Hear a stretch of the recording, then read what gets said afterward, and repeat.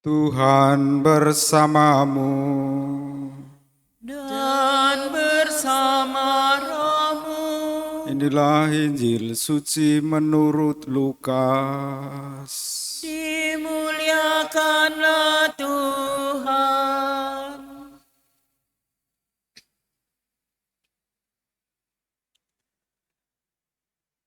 Ketika beberapa orang berbicara tentang bait Allah dan mengagumi bangunan yang dihiasi dengan batu indah dan berbagai macam barang persembahan, tetapi Yesus berkata kepada mereka, "Akan tiba harinya, segala yang kalian lihat di situ diruntuhkan, dan tidak akan ada satupun batu dibiarkan terletak di atas batu yang lain."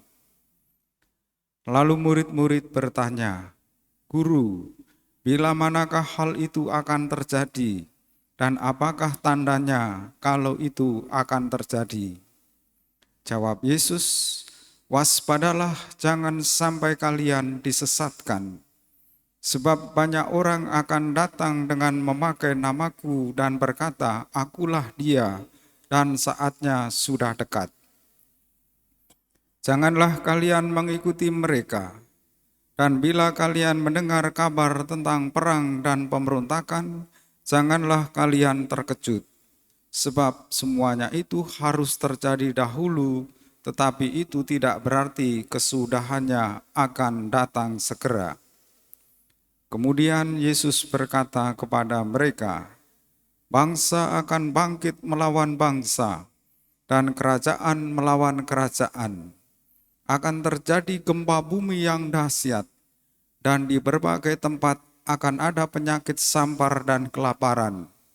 Dan akan terjadi juga hal-hal yang mengejutkan dan tanda-tanda yang dahsyat dari langit."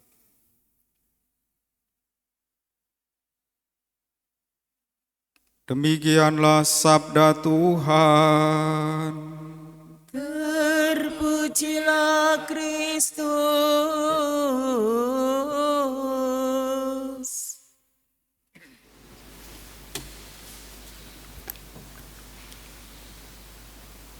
Umat Allah yang terkasih, banyak hal dalam hidup ini yang tinggal kenangan atau sejarah. Misalnya kerajaan Mesir, kerajaan Romawi. Kalau di Indonesia, misalnya kerajaan Majapahit, kerajaan Sriwijaya, yang dulu konon pernah ada.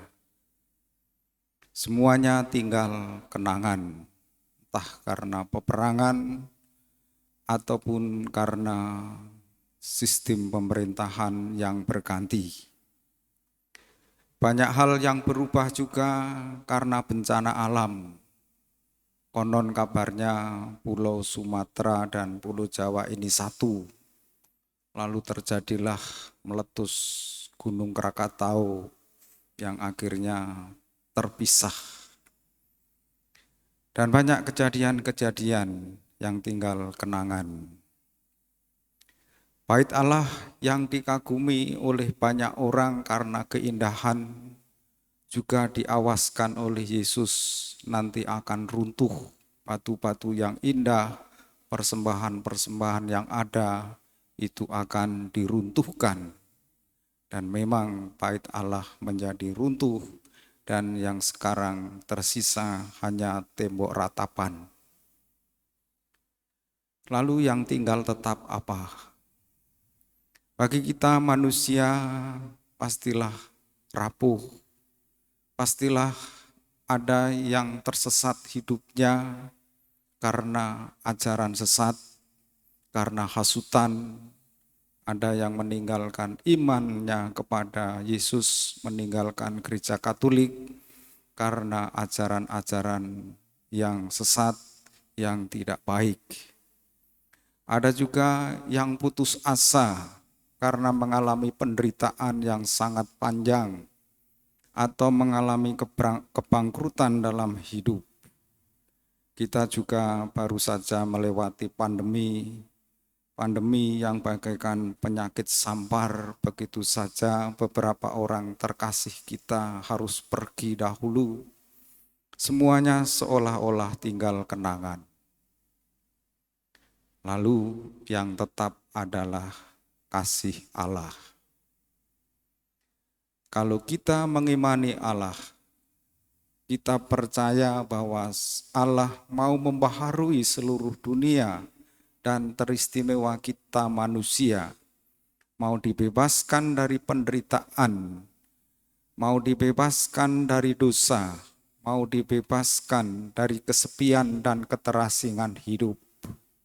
Kalau kita percaya bahwa kasih Allah itu tetap, maka dalam perjuangan hidup kita sebagai manusia, kita bukan hanya sebagai pemenang, tetapi kita merindukan yang terdalam dalam hidup adalah keabadian, kebahagiaan kekal, bersatu dengan Allah sendiri. Dan karya penebusan itu mencapai paripurnanya dalam kesempurnaannya dalam diri Yesus yang kita imani. Dengan begitu kita kuat menghadapi kenyataan hidup yang kadang memang tidak mudah. Dengan aneka macam tantangan dan kesulitan, kita tetap percaya akan kasih Allah yang kekal, yang abadi dalam hidup kita.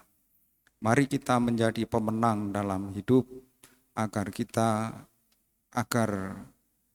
kehidupan kekal yang kita dambakan nanti dapat dianugerahkan bagi kita bila peziarah kita selesai di dunia. Kita satukan doa-doa kita bersama persembahan di altar.